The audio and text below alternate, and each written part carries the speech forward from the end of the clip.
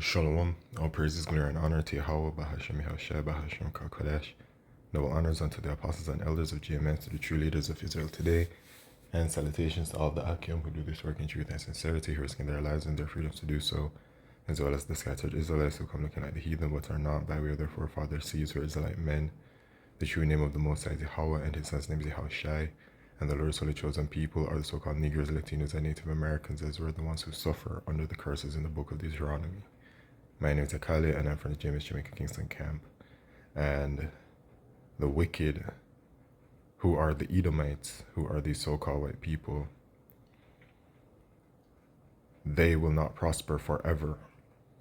And their rulership has an expiry date.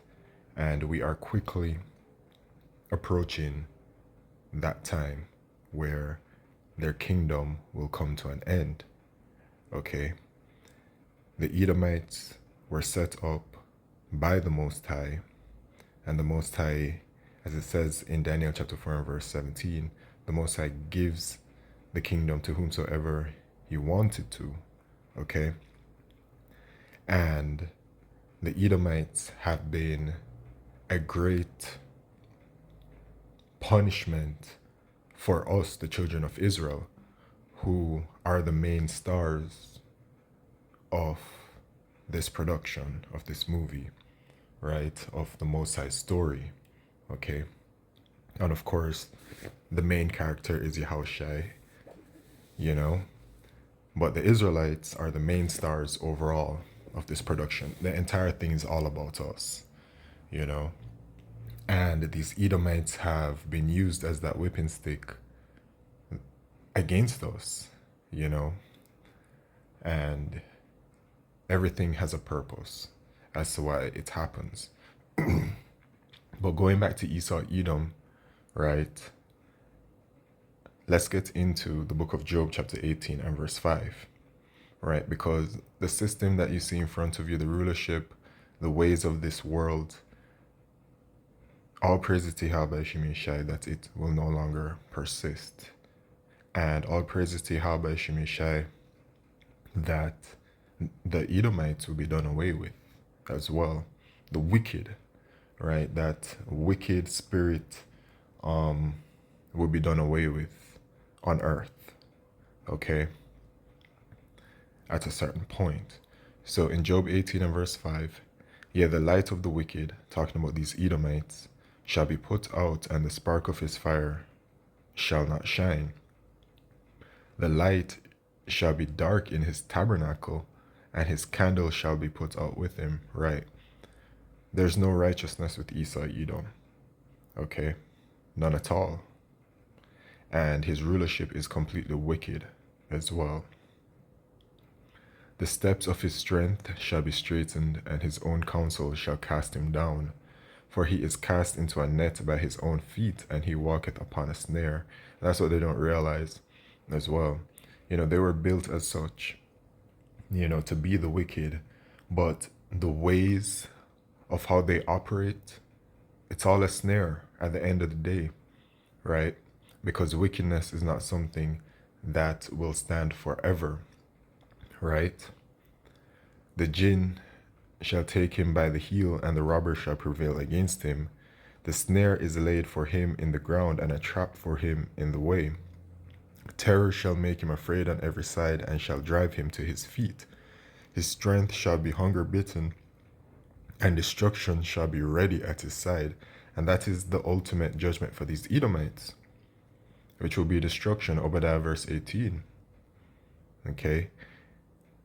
It shall devour the strength of his skin, even the firstborn of death shall devour his strength. His confidence shall be rooted out of his tabernacle, and it shall bring him to the king of terrors. And who's that? The Most High. Right? It shall dwell in his tabernacle, because it is none of his. Brimstone shall be scattered upon his habitation. Brimstone, judgment. And what's that ultimate judgment? Well, which one do we start with? Well, first of all, the judgment that Esau Edom will receive when his kingdom is coming to an end, which will be death by way of thermonuclear fire, America will be destroyed, right? But then after that, and that is, Yahushua returns and delivers the children of Israel. And that is when Esau is taken out of power. But then when Esau is put into captivity after the 1,000 years, okay, it says it, and I'll get it in the book of Obadiah actually, verse 18. It says, "And the house of Jacob shall be a fire," which represents the southern kingdom, "and the house of Joseph a flame," which represents the northern kingdom, "and the house of Esau for stubble, and they shall kindle in them and devour them, and there shall not be any remaining of the house of Esau, for the Lord Yahweh has spoken it." So the Edomites will no longer exist at a certain point, and this will be after the 1,000 years of slavery that they will have to serve under the Israelites. Okay. Revelation chapter 13 and verse 10, "He that leadeth into captivity shall go into captivity. He that killeth with the sword must be killed with the sword." Here's the wisdom and patience of the saints. All right.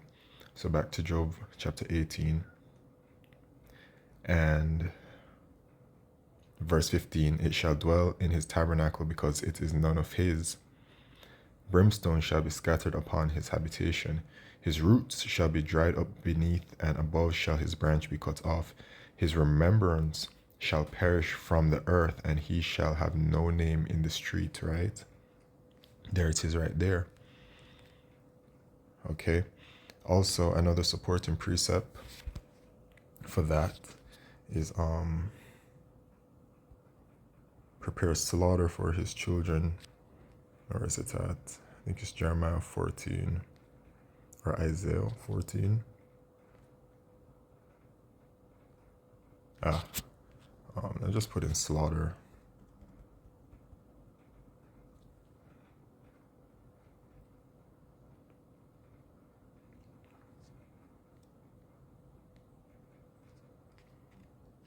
Isaiah 14 and verse 21. "Prepare slaughter for his children for the iniquity of their fathers, that they do not rise nor possess the land nor fill the face of the world with cities." Right? So there's going to come a point in time where Esau Edom will no longer be remembered. And Job also says it like a dream, actually. Let me get that.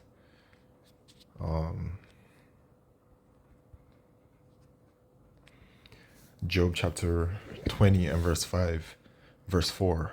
"Knowest thou not this of old, since man was placed upon earth, that the triumphing of the wicked is short, and the joy of the hypocrite but for a moment? Though his excellency mount up to the heavens, and his head reach on to the clouds," though he is in rulership right now, and though he is exalted in this world, and seemingly loved, right?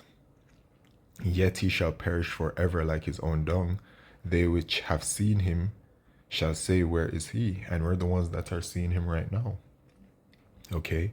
And in the kingdom, the rest of the Israelites, that come back, etc., they will see him. But there will come a time, "He shall fly away as a dream and shall not be found. Yea, he shall be chased away as a vision of the night.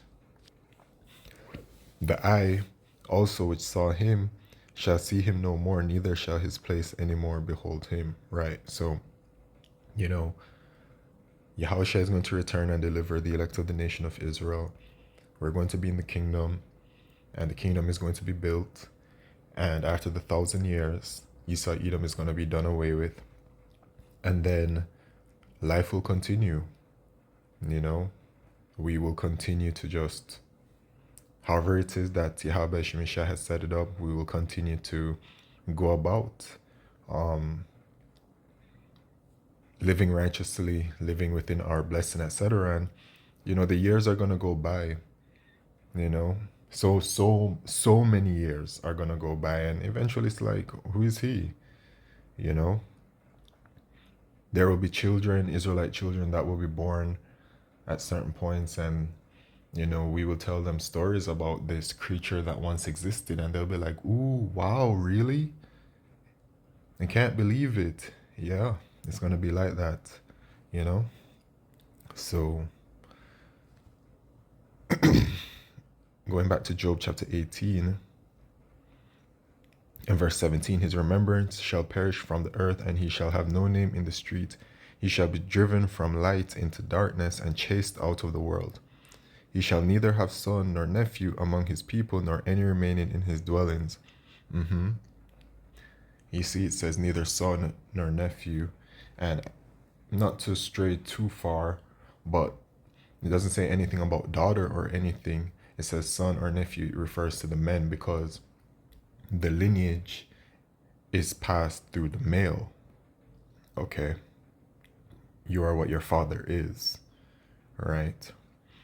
An Edomite man, as long as they exist, they can spread their seed to any woman, and it will provide more Edomite children. Okay, but they will be done away with, so there won't be any more Edomites out there. They that come after him shall be astonished at his day, as they were before, were affrighted, right? Because that's how people are right now. You know, they see the power that the Edomites have right now and they're afraid, but the day is going to come where people will realize that this is the basis of men, the lowest of all creatures. Okay, in the book of Genesis, chapter 3 and verse 14, and the Lord Yahweh said unto the serpent, which was of the spirit of Esau, that same spirit that dwells in them today is the same spirit that that serpent came with.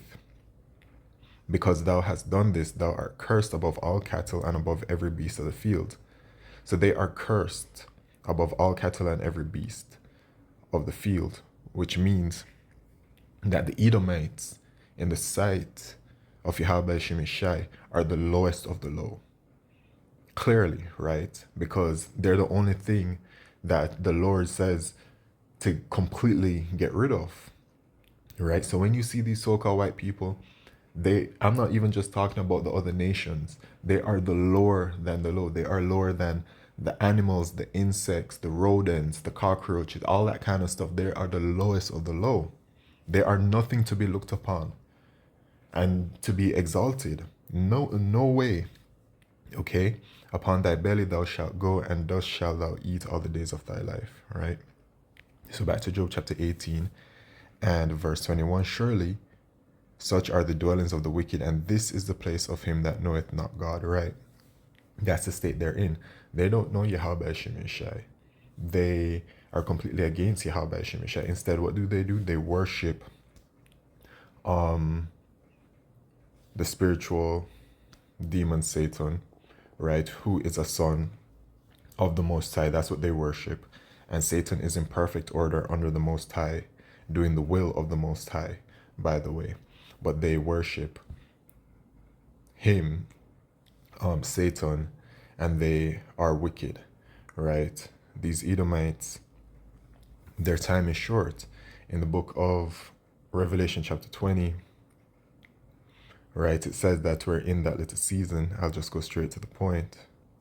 In Revelation chapter 20, I'll have to start at verse 1. And I saw an angel come down from heaven, having the key of the bottomless pit and a great chain in his hand, referring to Yahushai, and he laid hold on the dragon, that old serpent, which is the devil and Satan. Satan referring to adversary, devil referring to deceiver, serpent going back to that same conniving, deceiving spirit, and bound him 1,000 years. So this was referring to their Roman rulership. So after the 1,000 years, because the Roman kingdom fell, you had the Byzantine Empire. They call it the so-called Dark Ages, which we now know that it was actually our people that were ruling during that period. And then boom, after that came the Renaissance period, which was the rebirth of the so-called white man, the rebirth of the Edomites, and cast him into a bottomless pit and shut him up and set a seal upon him, that he should deceive the nations no more till the 1,000 years should be fulfilled. And after that, he must be loosed a little season. So after the 1,000 years were fulfilled, boom, came the Renaissance period, and that's the period that we've been in now, since the 1400s up to now. this is the little season that Esau has been in. But as I read before, it has an end. It cannot last. It will not last. Okay? And you should take comfort in knowing that, because this isn't a situation that you should want to continue to be in. And if it is a situation that you do want to be in, then you're just going to have to be destroyed if you're an Israelite. Because the spirit of the elect of the nation of Israel is that they want to get out of here. They want Yahushua to return. They want the kingdom to come, etc. Okay?